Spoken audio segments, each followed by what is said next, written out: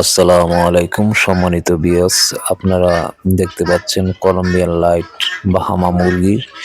তো আমাদের এখানে 3টি বীজরাতা আছে। এই 3টি বীজরাতা থেকে আমরা একটি বীজরাতা বিক্রি করব। আপনারা দেখতে পাচ্ছেন, যেটা আপনাদের পছন্দ হয় অর্ডার করতে পারবেন। আমরা